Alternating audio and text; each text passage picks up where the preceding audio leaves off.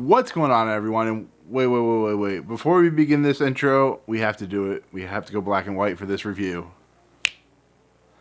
There we go. We are now in black and white, just like the movie. What's going on, everyone? Welcome back to Movie Emporium's movie review of Belfast. This film is written and directed by Kenneth Branagh. Now, before we begin, if you like this channel, awesome. Hit the subscribe button to join Movie Emporium. Hit that notification bell at the top to find out what's coming next. If you like this video, awesome. Hit that like button as well as commenting below any video to watch, including this one. So set in 1969 during the Troubles, which was the riots of Northern Ireland, this story, Belfast, tells the story of a young character named Buddy, who's of course played by Jude in his first role. He's a kid. He does kid things. He lives in Ireland in 1969 on a street where everybody knows your name. He has a ma and pa. Ma's played by Caitriona Balfe, and of course the father is played by Jamie Dornan, in an actually competent role this time. He's a guy that has to go over to England because there's no jobs in Northern Ireland, so he has to constantly come back and forth, which brings a lot of, not really hostility, but brings up a lot of problems when it comes to the family and the dynamic and so on and so forth. But he also has a stable family unit. He has, like I said, his mother, his brother, he has grandparents who are played by Judi, Dench, and Ciarán Hinds, and he has some cousins who cause some, antics and whatnot.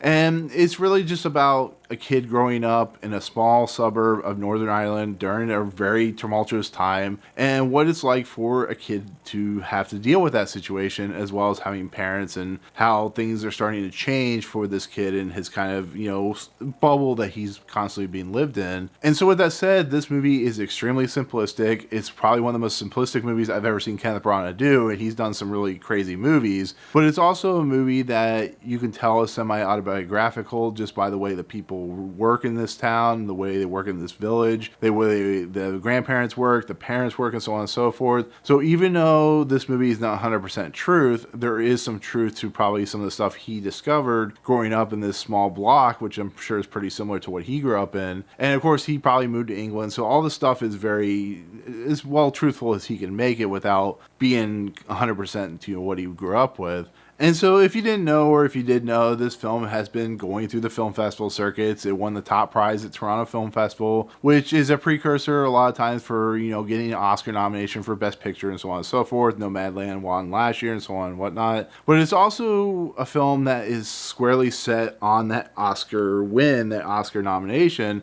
just from the way it's shot, just the fact that it's Kenneth Branagh, just kind of what it's going for. And so the question remains, and with all the positive buzz that has been getting, are the critics right in their assumption of this being one of the best films of the year, with some of the great performances of the year? And all I can say from my point of view is 100% yes. And the reason I say that is the film is very simplistic in its nature. It's not overly complicated, but what this movie has and what makes it so good is the character dimensions, the actors playing these characters, the world that is being presented, which feels very authentic, very down to earth, very real, and somewhere you feel like you could live. This movie is very much an identity movie about, this boy who lives in this town who's going to have to move someday, and he'll always carry that world with him. And it's the same thing as like me coming from Ohio. I'll always carry that Ohio identity with me, just on the simple fact that it's where I'm from. They talk a lot about in this movie about, the people that you lose will always have that impartment or the kind of identity stuck upon you, and the grandparents and so on and so forth. So watching this movie, it just feels that authentic and real and,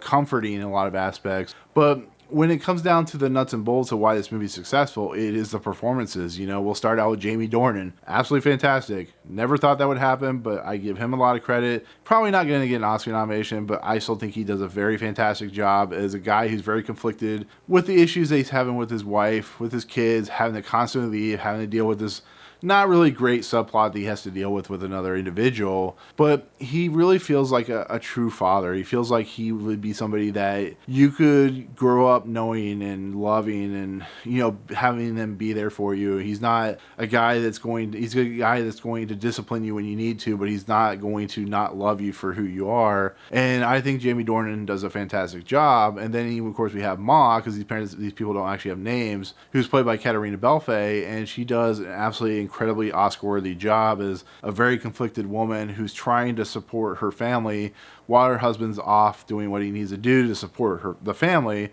And to watch her kind of break sometimes and be strong-willed sometimes and deal with the kids and deal with the grandparents and deal with the nature of the riots that are going on. It's a pretty well-rounded, pretty amazing performance that Caitriona Balfe, who is known for doing great performances, just delivers in spades. And there's just so much nuance to her character. It just really kind of delivers in every kind of facet that you would expect an Oscar-worthy performance to deliver.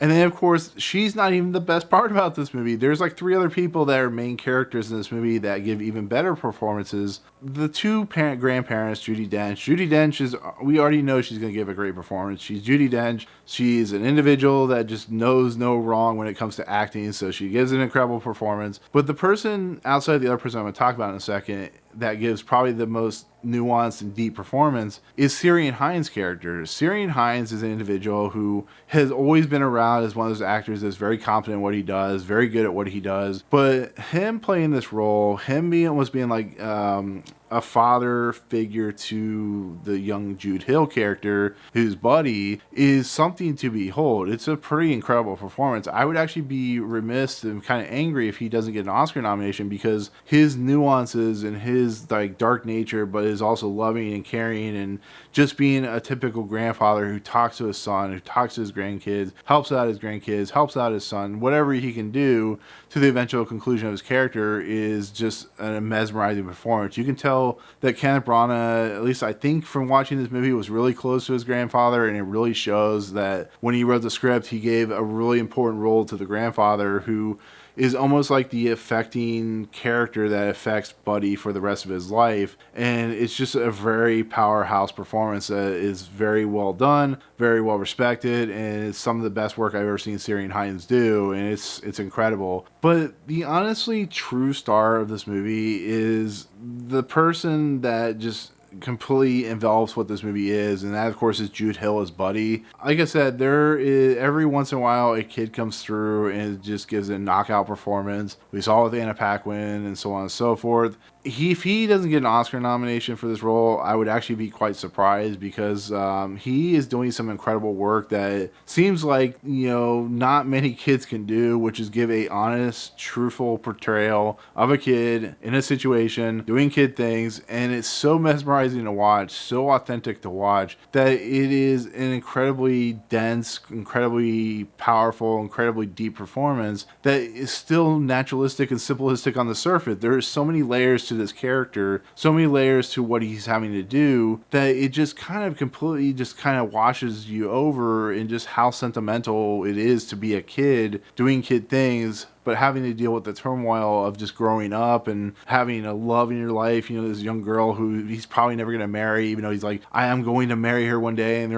all the parents are like, oh, I'm sure you are, blah, blah, blah. It's cute and funny and stuff like that. But he's funny in the movie. He's enjoyable in the movie. And it's just an amazing performance. And like I said, he's very much feels like a surrogate to Kenneth Branagh himself, because he loves the cinema. There's points where they go to the cinema, and the cinema film, because this movie's in black and white, when you're watching movies, it's all in color, because it's like viewing a different world, viewing imaginative world, and you can see the imaginative style and whatnot he has to deal with, and the way he's kind of manipulated in a lot of ways, but how he has to interact with, you know, his parents and stuff like that. It's a really impressive performance. It's one of the best of the year, I honestly think. So, but on top of that, you know, the music's fantastic, as it always is. It has very 60s music, a little current situation music. There's some jazz and stuff like that. The cinematography is as good as what you saw in Mank last year. It's, you know, working with black and white and lighting and stuff like that, it really makes it pop and more unique in its visual style and whatnot. And the fact that it's set on his street, and the fact that for some reason Kenneth Branagh likes to shoot up close with people,